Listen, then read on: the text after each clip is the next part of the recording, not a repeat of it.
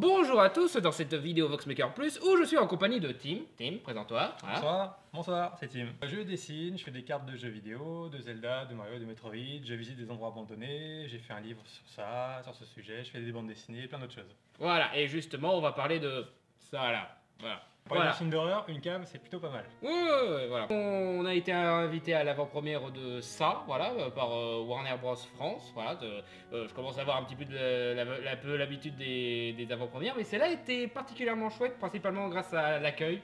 Voilà, c'est vrai qu'on était bien accueillis, il y avait un grand panneau Welcome to Derry, il y avait plein de ballons partout gonflés à l'hélium. Qu'est-ce qu'il y avait d'autre Il y avait des affiches accrochées sur les arbres juste en face du ciné et tout. Des fausses plaques d'égout par terre. Des clowns, voilà, des clowns. Plein de gens déguisés en clowns. Ouais, voilà, des hôtesses avec le gilet jaune et tout. Voilà, c'était limite une soirée Halloween quoi. Vous pouvez même tester la bande-annonce VR, voilà. Si vous suivez le bazar du grenier, vous savez de quel. What the fuck. C'est une face. Les portes noires. On commence pas, hein. Militerie de la cave. Pour l'histoire, on reste dans le même sujet. C'est une espèce de bestiole, clown, qui tue des enfants un par un dans une ville. Et puis c'est un groupe d'amis qui se constitue pour le battre. On peut dire ça comme ça. Et donc, dans l'ensemble, le film est bien conçu sur certains points, mais sur d'autres assez maladroit. Voilà. Il a un peu les défauts des films de son époque, c'est-à-dire que tout est plus gros, plus fort, plus puissant, surtout au niveau des oreilles. Oui, voilà, parce que les séquences de peur, ils ont pas mal de bonnes idées visuelles, ils ont un petit style à Silent Hill que j'aime bien. Mais le problème, c'est qu'au niveau du son, voilà, vous savez, dans les films d'horreur où ils font toujours un bruitage genre. Voilà, et ça devient chiant, ils en abusent et surtout au bout d'un moment, vous vous plaignez que mes vidéos ça vous casse les oreilles, mais là vous allez devenir sourd direct avec certains. Il y a presque pas de scène où il n'y a pas de musique, il y a toujours un petit truc qui te rappelle que là ça va faire peur. Je veux bien qu'on mette...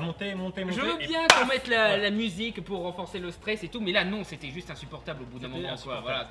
Au moindre truc, une bille qui tombe par terre, c'est alors que bon, c'est juste une bille qui tombe par terre et ça manquait un peu de subtilité par moment. Et c'est dommage parce que la partie avec les gamins est très bien, très sobre, très cool. Et il y a pas trop de musique quand on est avec eux. Et dès que ça devient les parties un peu horreur, flippant, épouvante, tout de suite c'est le volume à fond. Voilà, c'est con parce que si on avait mis une autre musique, genre c'est pas un bon film, mais Alien Covenant par exemple, il y avait une musique beaucoup plus stressante. Et si on avait ce genre de musique ou une musique à la Silent Hill justement, ça aurait marché beaucoup plus, ça aurait rendu les scènes effrayantes encore plus effrayantes. Tout est très sombre quoi. Si un personnage marche dans un couloir, ça sera flippant. Même si c'est un couloir tout simple comme ici, ça sera flippant. Oui, voilà, la première scène de peur, voilà, c'est le petit gamin qui va dans la cave, il se passe rien et il trouve de la cire, voilà, à quoi ça a servi quoi. Voilà, c'est des petits détails comme ça. Alors, ce qui est bien, c'est qu'il y a des trucs qui sont un peu chiants comme on dit, mais malgré tout, il y a beaucoup de bonnes choses. Genre les gamins, l'interaction entre les gamins sont très cool, voilà, ils sont drôles, ils font pas le coup du téléfilm où ils sont un petit peu trop gentillés dans leur dialogue. Non, là ils disent beaucoup de gros mots, ils font tout le temps des blagues sur le cul, etc. Voilà, on sent qu'on est bien dans les années 80. C'est des gamins quoi, voilà, ils parlent comme des gamins, ça change. Voilà, des vrais gamins et pas des gamins qui sont dirigés par des adultes et qui leur disent quoi faire. On sent vraiment que ça pourrait être nous dans les années 80. Moi, exactement, ouais. Et dans l'ensemble, les acteurs sont très beaux et le gamin de Stranger Things, je sais pas où il est. Voilà, pour dire quel point il était bon à l'acteur. Voilà, j'ai vraiment pas reconnu le gamin de Stranger Things et pourtant j'aime beaucoup Stranger Things. Ils sont vraiment bien. Le seul truc avec les gamins, c'est peut-être qu'ils sont trop nombreux. Voilà, ça c'est un truc que ma copine Jeanne avait fait remarquer à propos du bouquin de Stephen King, voilà le bouquin d'origine, c'est que il y a un peu trop de gamins et du coup certains ne font que répéter ce qu'on a déjà dit. Et malheureusement c'est un problème qu'on retrouve dans le film parce que il y a 4 gamins ça aurait suffi, 7 c'est trop. Parce que rien qu'au niveau de la personnalité, il y en a 2 qui sont cyniques, il y en a 2 qui sont peureux, voilà, donc du coup tu peux en sacrifier quelques-uns quoi. Même au niveau des peurs, t'en as 2 qui ont du mal à se remettre de la mort d'un proche, tu en as un super original, il a peur des clowns. Évidemment que t'auras peur des clowns dans cette histoire mec. Donc voilà, c'est vraiment, il faut combler et ça rend pas mal des personnages assez vides. Même dans les scènes où ils sont ensemble, tu te retrouves toujours avec 2-3 gosses dans le coin qui servent à rien, quoi, qui se contentent de regarder la scène. Le fait qu'il y ait beaucoup de personnages, chacun peut aussi se reconnaître dans un personnage qui lui correspond un peu. Ouais, bien sûr, mais après, ils sont pas fouillés à mort, mais chacun peut se reconnaître, avoir mais après, ils pouvaient se concentrer sur des morts un peu plus universelles que juste diversifiées. Au bout d'un moment, ça fait vraiment remplissage. Surtout qu'on aurait pu développer encore plus 4 personnages s'ils étaient seulement 4 justement. On aurait rendu la rédemption de Billy par exemple, qui doit accepter que son frère est mort, beaucoup plus prenante. On aurait retrouvé... saleté de... Ça va être chiant ça, je sens. Mais en même temps, comme ils sont 7, c'est le chiffre de la chance. Et dans le bouquin, c'est quelque chose de très important, la chance. Il y a plein de petits signes comme ça qui font qu'ensemble ils sont 7, ça forme le cercle. Un cercle à 4, c'est un peu moins marrant. Un cercle à 7, c'est beaucoup plus rigolo. Voilà. Donc, quoi, le film il traite pas tant de la chance, il parle surtout de la peur et de l'enfance, voilà. Et voilà, si c'est juste pour un motif pour faire joli, c'était pas la peine, quoi. Je veux dire, 4 aussi, ça a un chiffre qui peut avoir une sorte d'équilibre, etc. Ça peut toujours marcher, quoi. Le clown.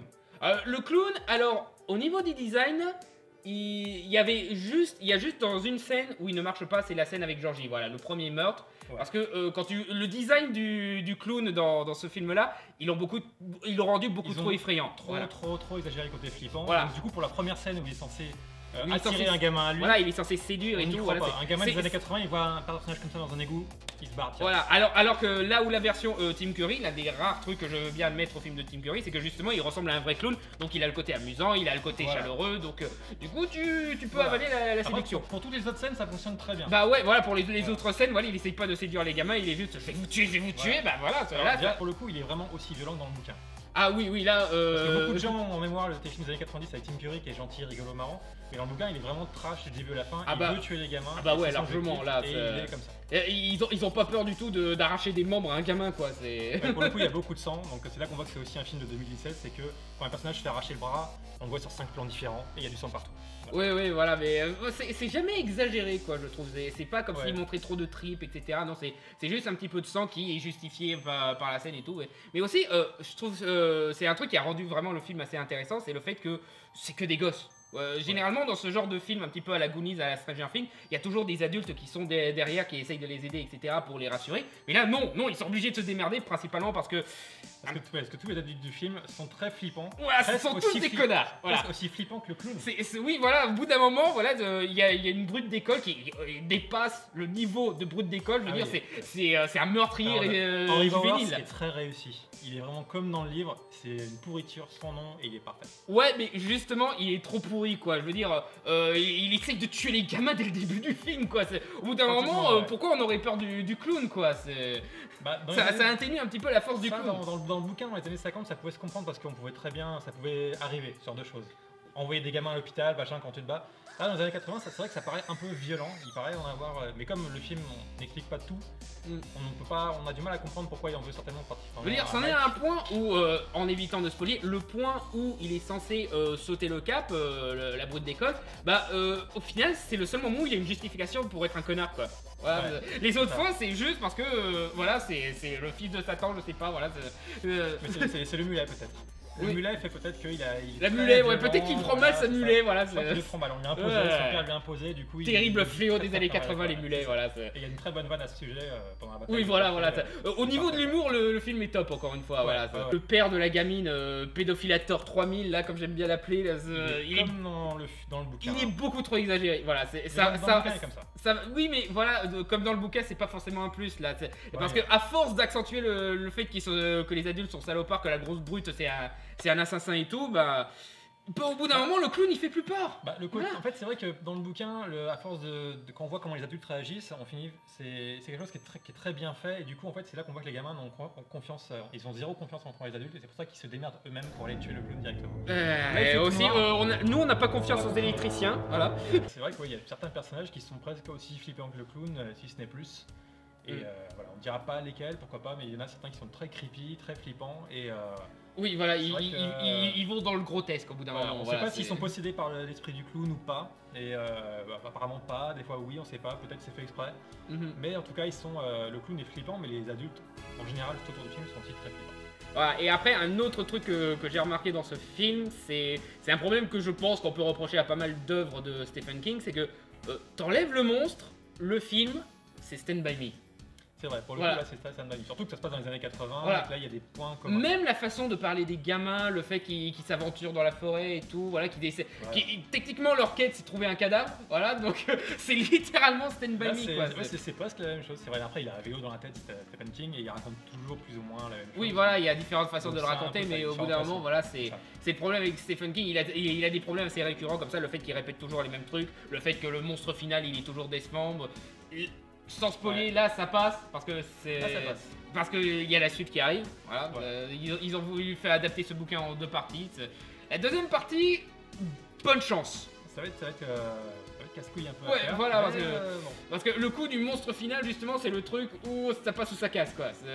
C'est le truc qui a toujours été difficile à faire avec Stephen King. Il suffit de voir le téléfilm ça, ou même Les Langoliers, le Fléau, ou même Dreamcatcher. Voilà, quand il révèle les monstres, c'est toujours.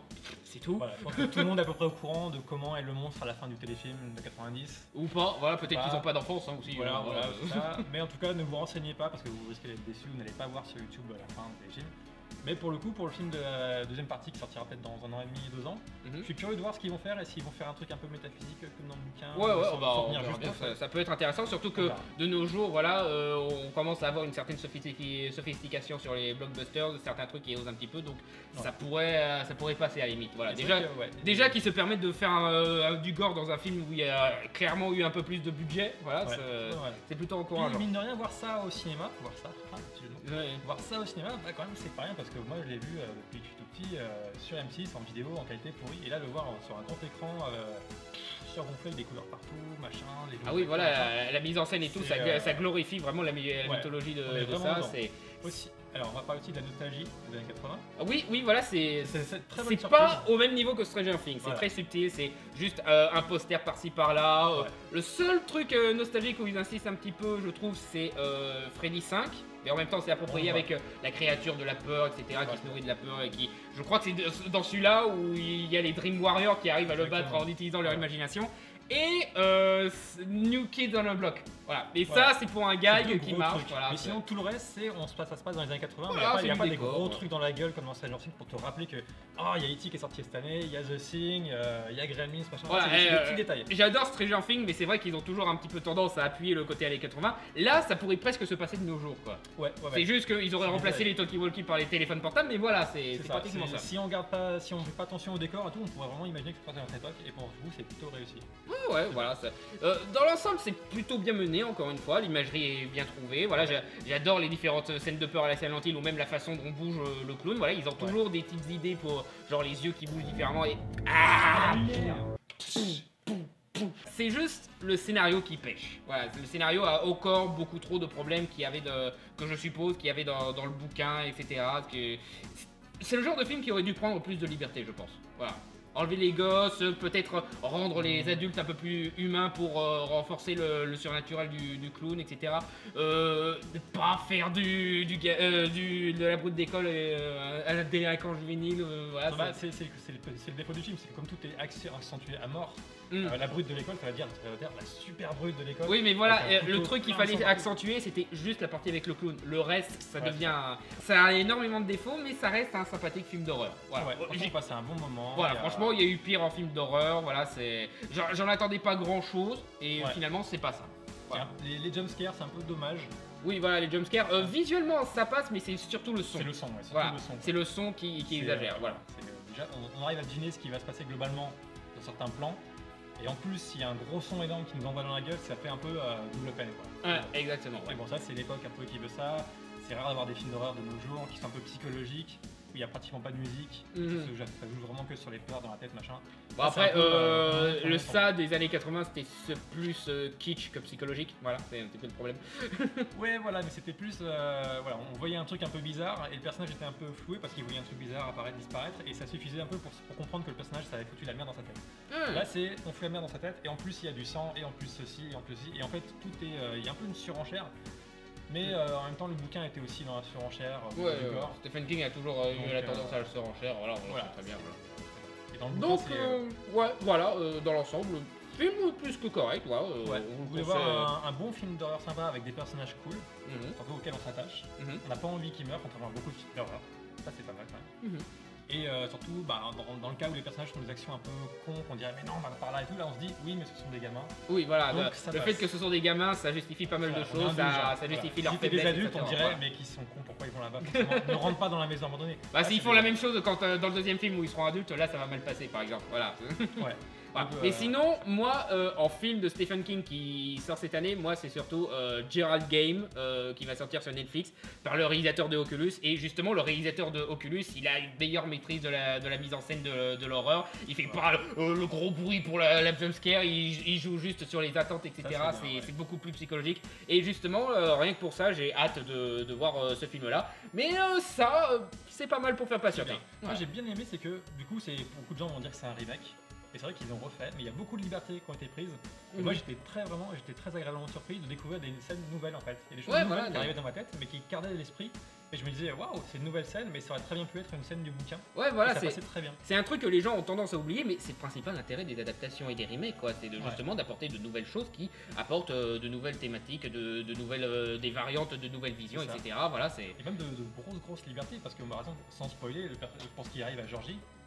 C'est complètement différent par rapport au bouquin et au téléfilm. Je te crois là-dessus, j'ai pas lu le bouquin. Et voilà, par rapport au téléfilm, c'est vraiment complètement différent, mais ça passe super bien et c'est bien amené. Et du coup, je me suis dit, waouh, c'est différent, mais je suis content parce que, mine de rien, pour un bouquin que j'ai lu plusieurs fois et un téléfilm que j'ai vu il y a toujours du nouveau pour toi, exactement. Il y a une surprise, il y a du nouveau et j'étais content de voir du nouveau. C'est comme si on voyait des scènes.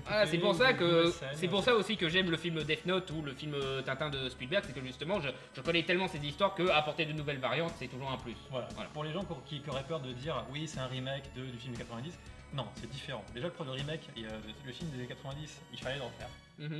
Largement. La lumière aussi, quoi. Oh bah je laisse faire une vidéo, merde. Donc je trouve que le film des années 90, bon, il était sympa pour ce qu'il était. C'est un chouette nanar, voilà. C'est un chouette nanar. Mais le refaire, c'était pas, comment dire, pourquoi pas, tant mieux. Et le résultat est sympa, et moi j'ai été surpris, j'ai pris du plaisir, c'était chouette, et j'ai passé une bonne soirée avec le club des losers. Et j'ai hâte de les revoir quand ils seront adultes, pour voir un peu comment ils se démerdent avec Gripsou. Exactement, donc si ce qu'on a expliqué vous a plu, n'hésitez pas à aller le voir. Et nous on vous dit, enfin moi je sais pas, toi je sais pas si tu vas revenir dans une autre vidéo, mais moi déjà je vous dis à la prochaine sur Voxmaker et Voxmaker...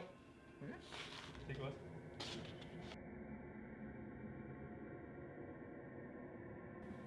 c'est? Aucune idée. Petit pompon comme ça. Drôle de déco.